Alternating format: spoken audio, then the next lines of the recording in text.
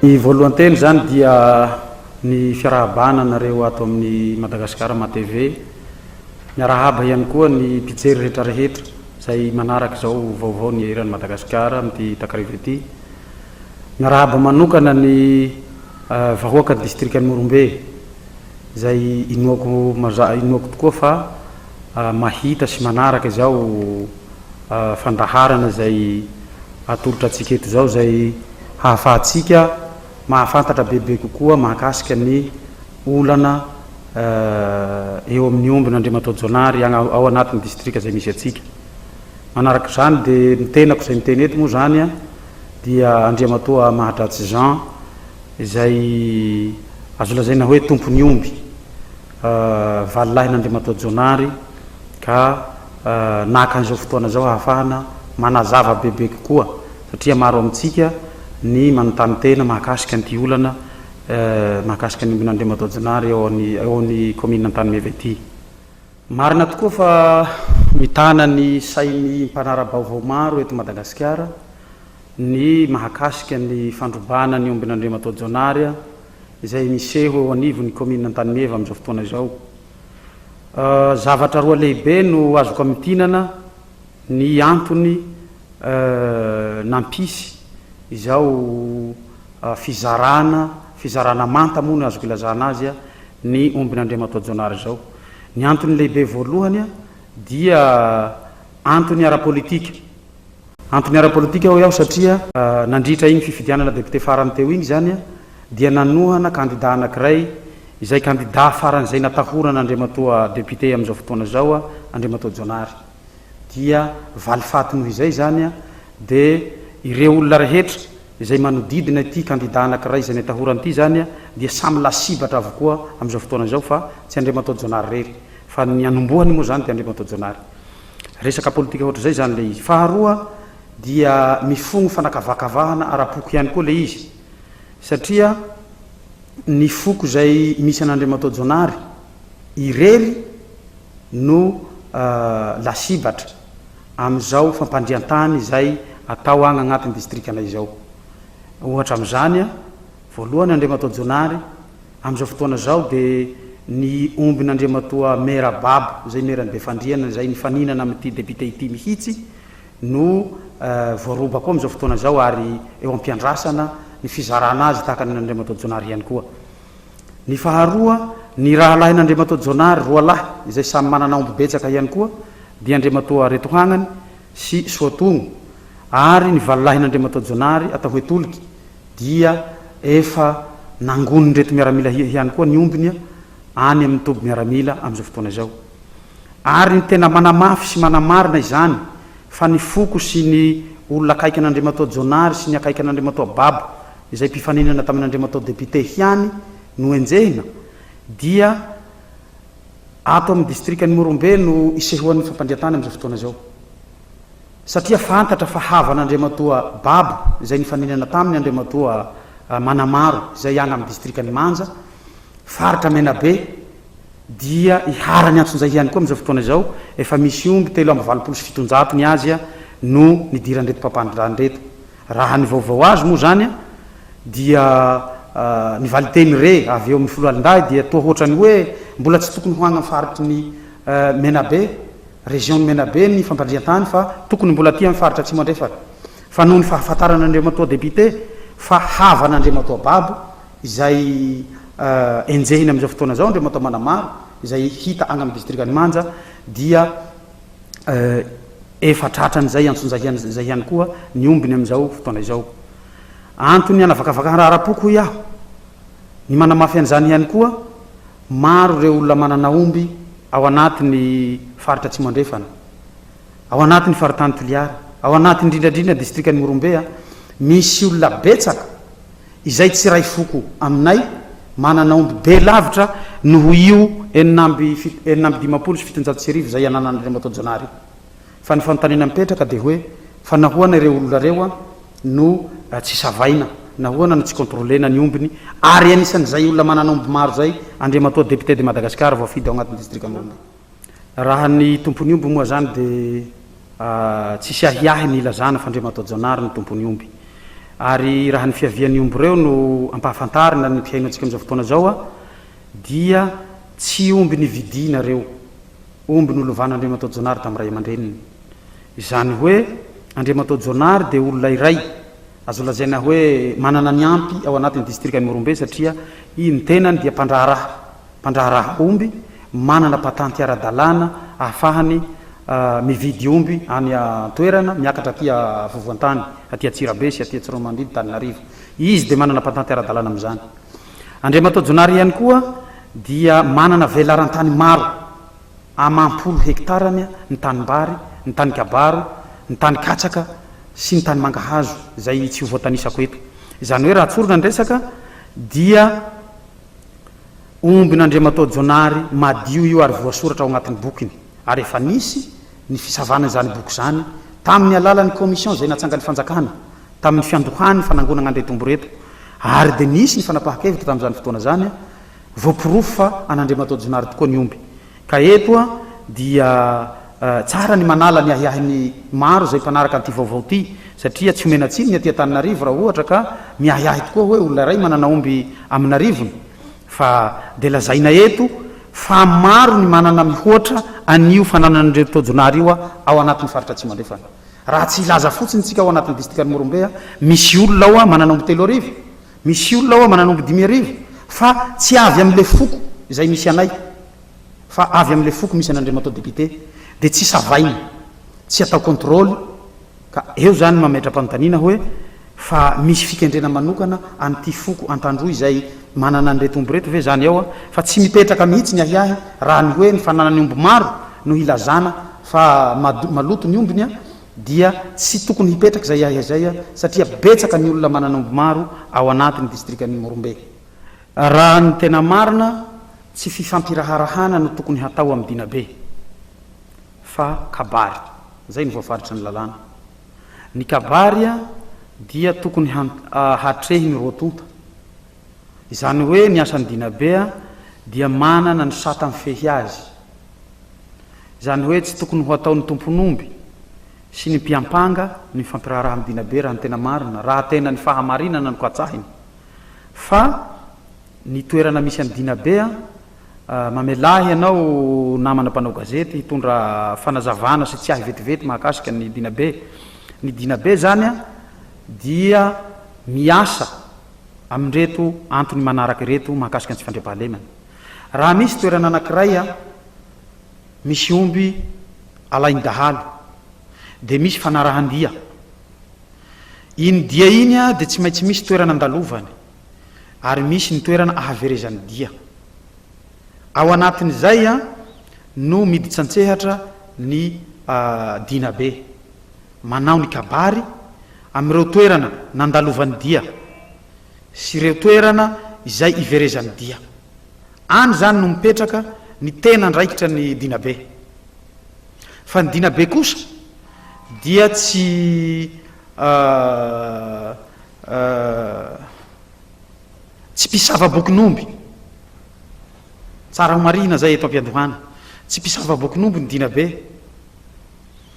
ary ny dinabe dia tsy nianatra manokana mahakasika an'izay taratasin'omby zay, fa misy zany ireo manam-pahefana manokana izay nomeny ny fanjakana fahefana hanao an'izay fisavana zay, dia ny OPJ, ny police judiciaire zany, ny avy eo amin'ny gendarmerie, ny polisy, ny délégué mpanjakana. Reo ny tompon'antoka amin'ny fanamarinana na hosoka na marina ny bokin'olona anankiray. Ny zavatra mahagaga amin'ity raharahana tanyeva ty dia efa nisy zay fanangana ny fanjakana komision zay nahitana ny délégué mpanjakana, ny filohan'ny fokotany, ny maire ao an-Tanimieva, ny lieutenant of corde gendarmerie avy eo Morombe, ary ny lieutenant lehibe ny mpampandritany. Zay ny komision izay sady ekeny lalàna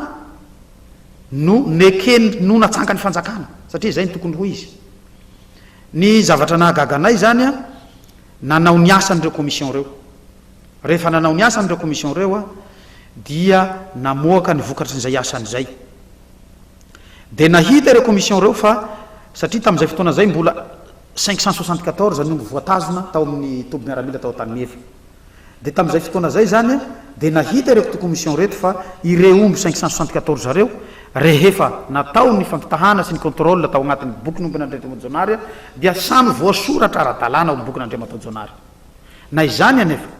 dia nanao antso avy reto commission reto ny olona manodidina rehetrarehetra zay very omby mba hanamarina ny ombiny ao anatin'ny reto omby voatazona reto tamin'ny tapany voalohany dia nisy olona nanao an'izay fiantohana omby tao anatin'ireo omby 574 zareo zay fa rehefa nijerena natao ny contrôle dia tsy nahitana fanamarinana mahazy azy ireo olona ireo no halavaina ny fotoana nitazomana ny omby mba hialana nenina sao dia mbola misy olona any hoany mieritreritra fa mbola manana omby ao dia nomena 10 andro ndray mandeha zany nitazomana andreo omby reo ary naloha ara-dalàna ny forierandreo omby reo tamin'izany fotoana zany rehefa nisy olona hafa tonga taty aoriana izay mampiahiahy satria efa ray volana ty aoriana nitazoman'le miaramila sy ny dinabe ny omby tao agnatin'ny toby miaramila vao tonga reto olona reto izany hoe mipetraka ny ahiahy hoe notazomina sonigiazina tao amin'ny toby miaramila ve zany ny omby mba hahafahana manamboatra taratasy mifanaraka amin'le omby mba hilazana fa an'le olona le omby zay ny zavatra nitranga fahitana iazy na izany anefa satria zahay tompon'omby dia tsisy afaka nanao fanamarinana na miandry andreo omby reo na satria reto miaramila reto no mitazona azy tsy azo alehany agny amka militaire zareo ihany zany no nanao zay tiany hatao nandritra n'izay ray volana mahery zay tao amin'le toby miaramila mahakasika andreo omby reo taty aoriana zany dia nisy olona niantoka omby 770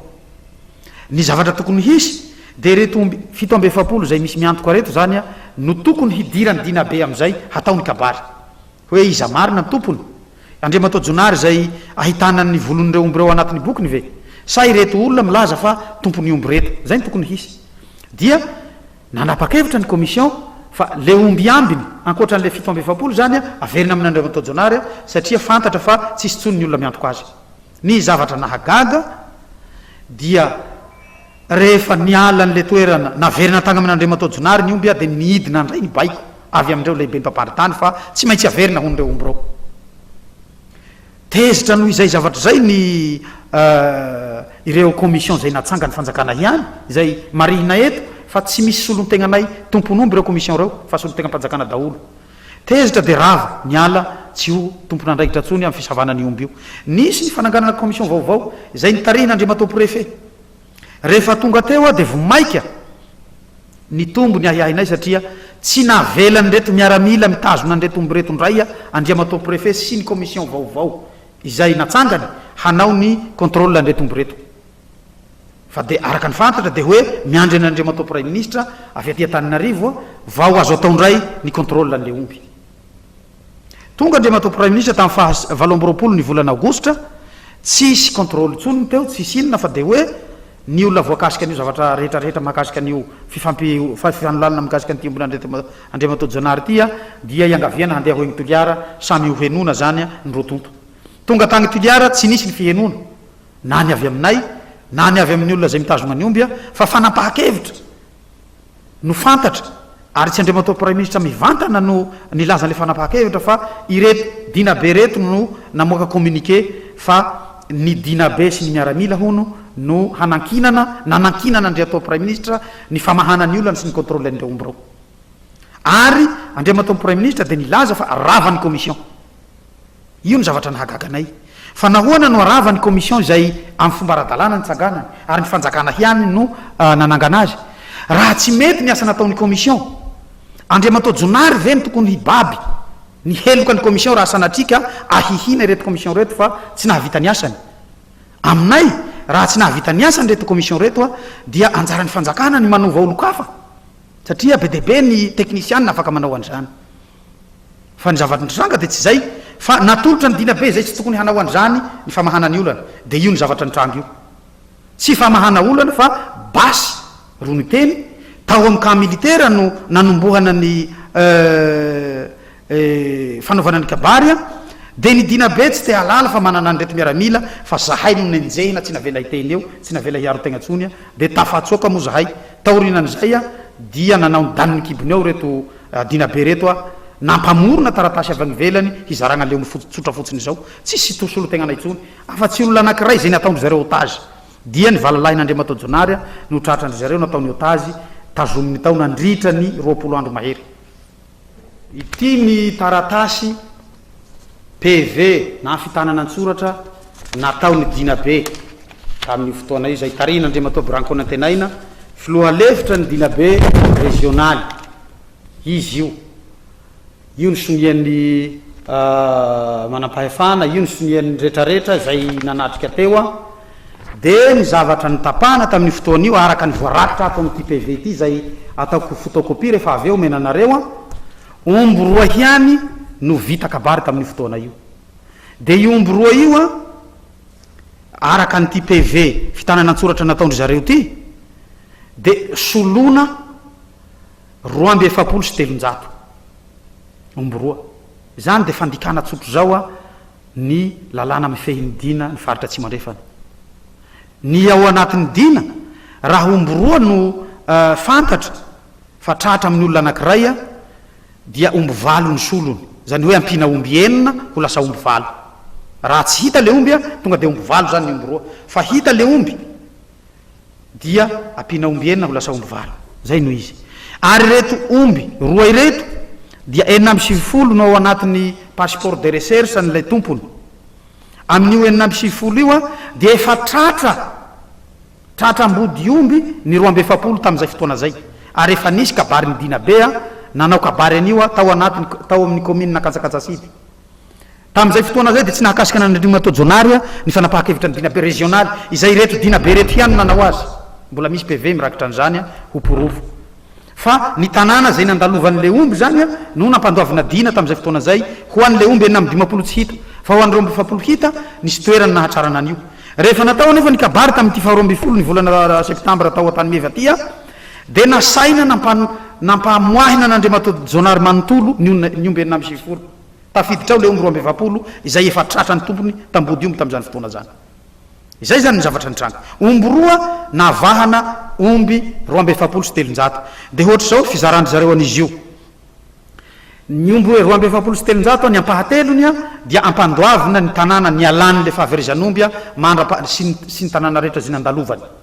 izany hoe ny ampahatelony io a dia manome isa 420 ny androa tokony a 720 dia nampanavahana an'Andriamantoajonary ny zavatra mahagaga ihany koa de zao ny 720 anjara ampamanavahin'Andriamantoajonary ihany a no lalaila tao amin'Andriamantoajonary fa ny 420 a tsisy resaka hatram'izao zay zany ny zavamisy zay ny zavatra misy sa ity PV ity manamarina an'izany tsy zay namorona ty atona ny sonian'Andriamantoa Branco a atony sonian'ny Vaumiera fito izay ny andraikitra ny kabary any rery ity PV ity rery no PV nizarana ny omby 450 sy 790 tsisy PV intsony azonay taorinan'ity fa rehefa lasa zahay taorina ny fampitahorana hamonona anay a de nizarana tsotra fotsiny zao ny omby a tsisy tsony ny PV zahay raha te moa tsy nanatrika zay zany ny zavamisy ny toedrara am'izao fotoana zao zany a satria efa nifoizina mandritra ny fotoana maharitra teto amin'ny haino manjery ty zavatra ty a tsy mahafantatra tsony dia ny zavatra tsapa mitroatra ny mpiompiomby rehetra eto Madagasikara am'izao fotoana zao mahatsiaro voatsindry hazo lena ka misy ny fandraisana andraikitra avy amin'izy ireo efa misy nanomboka omaly ny agnatoliara manomboka mivory mitady ny vaholana misy izay fiomanana amin'ny fitadiavana vaholana zay a zay tsy maintsy hitranga eto Taninarivo a atoato zay zany a ny mahakasika ny toedrara am'izao fotoana zao ny fitoriana izy anao efa misy ve ny fitoriana tena fa misy tokoa ny fitoriana ny tory tagna amin'ny fitsarana agny Morombe ny fianakaviana ary saorana ny fitsarana avy eo Morombe fa nanome soit rasmi na ST mankany amin'ny gendarmerie sy ny polisy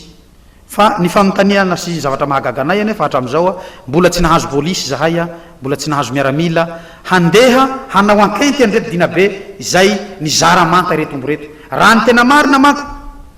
ho atsika mpanara-baovao raha tena ny fahamarinana no ilaina tokony hatao ny fanadiadiana ireto dina be reto ireo vaomiera izay mizarandreo omboreo agny no ahafantarantsika ny marina fa ny zavatra mahagaga fanenjehana n'Andriamanto Jonary sy ny fianakavian'Andriamanto Jonary tafiditra am'izany ny tena koa izany no misy ary ny tena mahavalalana am'izao fotoana zao Andriamanto atoliky izay nataon'ireo miaramila reo sy ny dina be takalonaina nandritra no 3 herinandro tao amin'ny toby miaramila rehefa vita ny akentiny dia nampidirina amponja izy zao de mipetraka ny ahiahinay hoe ampidirina amponja rehetra manontolo ve ny olona manodidina n'Andriamanto Jonary mba tsy hipoirany marina mba hanamarinana ny fizarana tsy amin'ny fomba tsy mety an'ilay omby de ampidirina amponja ampitahorina enjehina zahay fianakaviana mba tsy afaka ilazany marina zaho moa zany dia noho ny nahafahana nandositra de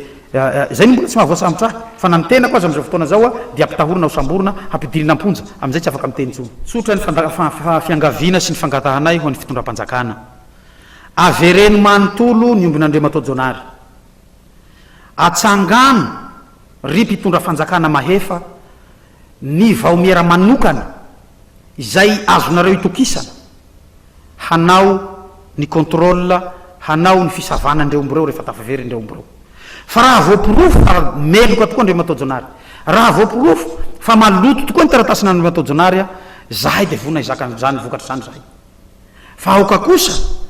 mba tsy hitongilana ianareo mpitondra fanjakana hoe zay zavatra teneny dina be sy ny miaramila izay tsy manana fahefanakory hanao ny contrôle ny omby ve de zay ny marina avereno aloha ireo omboreo mbola tsy lavitra ny tany nandehanany ary am'izao fotoana zao de fantatray fa ireo omboreo ane ka tsy tongagna am'le olona nilaza fa tompony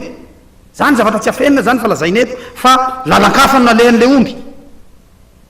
de sao de fanakonana fa laina ny hamerina n'le ombin'olona de enjehina zahay atao hazalambo zahay am'izay maty momoka ny raha zay zany ny fiangavian'ny fanjakana ataova ny fomba ara-dalàna ny fisavana ny omby raha fintinina izay zavatra rehetrarehetra voalaza teo zay de tsy mino zahay fa ny fitondram-panjakana fohy be zay tarihan'Andriamanto filoham-pirenena Andry Rajoelina no tomponantoka am'izao fandrobana fananam-bahoaka zao ny mifanohitra am'izay no zavatra tokony hisy fa ny antony zao zavatra zao dia famitahana tsotranao famitahana tsotro zao ny fitondram-panjakana zay ny antony zao zavatra zao mino fa ireo olona zay manodidina ny filoham-pirenena ireo olona zay nomeny vahoaka fahefana indrindra fa ny député ny Morombe sy ireo dinabea dia manome lainga tsara lahatra